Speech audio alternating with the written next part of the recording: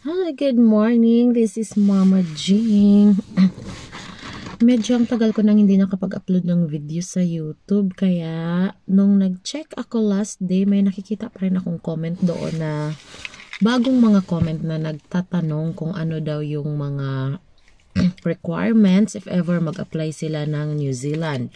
So, anong requirements para makakuha ng visa? So, may mga video na ako nito nung nakaraan pero ulitin ko since siguro hindi na nila na-check yung mga luma kong video. So, pinakauna, habang mag-plan kayong mag-New Zealand, maghahanap muna kayo ng employer, ganon, and then ang requirements para makapag-process, if ever ma-hire na kayo at makapag-process ng visa, andon yung pinakauna natin yung NBI clearance, police clearance, tapos certificate of employment na naka-align kung ano yung ina-applyan nyo doon. For example, housekeeping yung ina-applyan nyo. So, mag-provide kayo ng certificate of employment nyo na nagkaroon kayo ng experience as a housekeeper. Mga ganon. Then, yung picture na visa picture, search nyo lang yon kung anong bansa yung pupuntahan nyo kasi parang naka-standard size naman na yan. Alam na rin yan ng mga magkukuha ng picture sa inyo. Pag magpa-picture kayo sa mga Photoshop, sabihin nyo na lang na for visa sa bansang to, New Zealand, ganon. May standard sizing yan sila. And then, medical.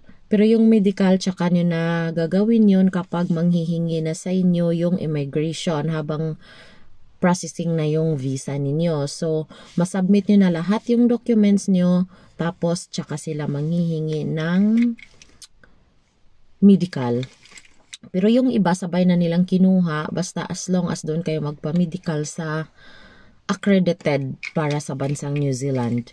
And then, mayroon pang sabayan nyo na yun ng mga certificate ninyo, education certificate ninyo, ganun, mga educational background ninyo, isama nyo na rin yan sa mga documents. Kasi may mga, habang fina-file yung visa, may mga hihingin sila dong mga certificates, ganun. Doon nyo na ipasok yung mga certificate of employment, isama nyo na rin yung mga background nyo sa educational. Kasi, ano rin yun, points factor din yun, mga ganun. So, yan lang muna as of now. Balik-balik paramdam sa YouTube lang muna tayo. At sa ngayon, kailangan ko munang magtrabaho. Medyo malamig na pala ngayon guys dito sa New Zealand. Actually, mag-uutom pa lang. Pero, di ko alam bakit sumingit pa to si winter.